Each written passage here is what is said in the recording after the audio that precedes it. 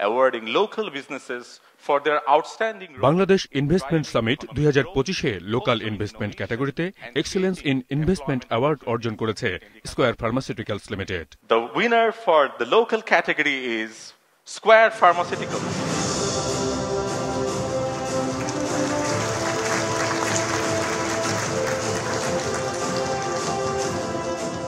প্রতিষ্ঠাতা chairman Samson H চৌধুরীর জন্মশতবর্ষে এই অর্জন দিয়ে সম্মানিত হল স্কয়ার গ্রুপের প্রতিষ্ঠান স্কয়ার ফার্মাসিউটিক্যালস পিএলসি। এ বিষয়ে আমরা জানতে চাই প্রতিষ্ঠানটির ব্যবস্থাপনা পরিচালক জনাব তপন চৌধুরীর কাছে।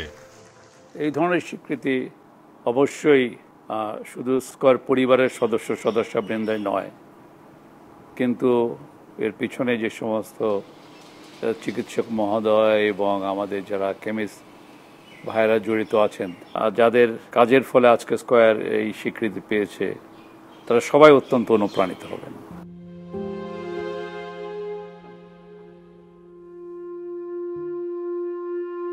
প্রত্যক্ষভাবে আমরা 0.5% পুরো ন্যাশনাল সাথে জিডিপিতে, আর যদি আমরা পরোক্ষভাবে চিন্তা করি 3.5%,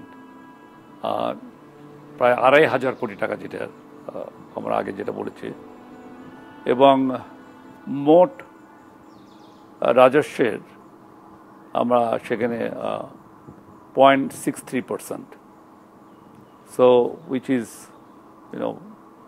ইটস ইনক্রিজিং, মানে আরও বৃদ্ধি পাচ্ছে।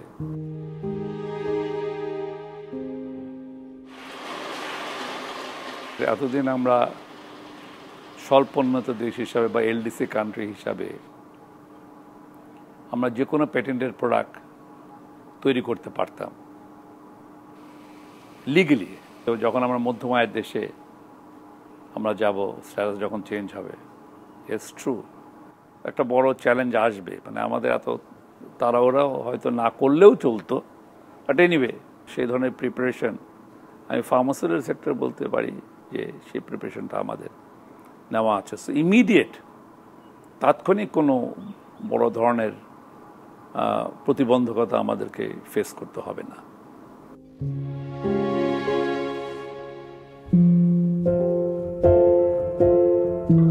আমরা শুধু বাংলাদেশের কথা কেন চিন্তা করছি, আমাদের যদি বাইরে বিনিয়োগ করার এই সুযোগটা থাকতো, তাহলে কিন্তু বেশ কিছু কোম্পানি আছে যারা সাকসেসফুল কোম্পানি, তারা করতে পারতো। যেমন এই মুহূর্তে আমাদের কেনিয়াতে একটা ফার্মাসিউটিক্যাল কোম্পানি বা ওষুধের কারখানা আমরা ভালো করছি। তো এইটা এখন আমাদের নিজস্ব বৈদেশিক মুদ্রায় থেকেই আমরা আরও অন্যান্য দেশেও করার আমাদের ইচ্ছা ছিল এবং এখনো আছে।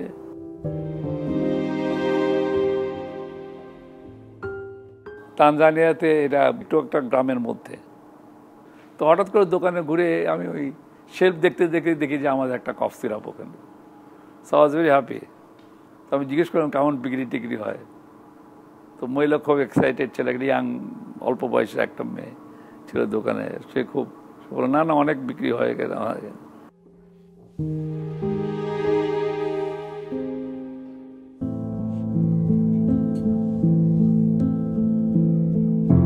হ্যাঁ, আমাদের তো দিন ফুরিয়ে যাচ্ছে, এখন যা কিছুই চিন্তা ভাবনা ভবিষ্যৎ প্রজন্মকে নিয়ে, যে তারা কেমন পৃথিবীতে, তারা কেমন দেশে থাকবে, তাদের জন্য কি।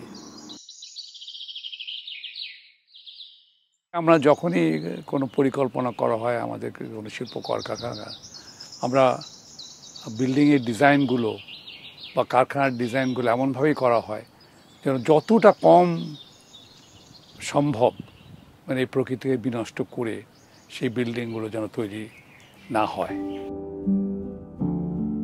Founder chairman mister Samson H Chowdhury, ওনার জন্ম শতবার্ষিকী, এই শতবর্ষে আমরা একটি বড় কাজে হাত দিয়েছি, যে আমরা একটা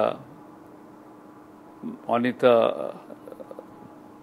স্যামসন ট্রাস্ট তৈরি করা হয়েছে, একটি মেডিকেল কলেজ, একটি নার্সিং কলেজ এবং একটি হাসপাতাল। আমরা নিশ্চিত করতে চাই যেন সব ধরনের মানুষই হাসপাতালে যেতে পারেন এবং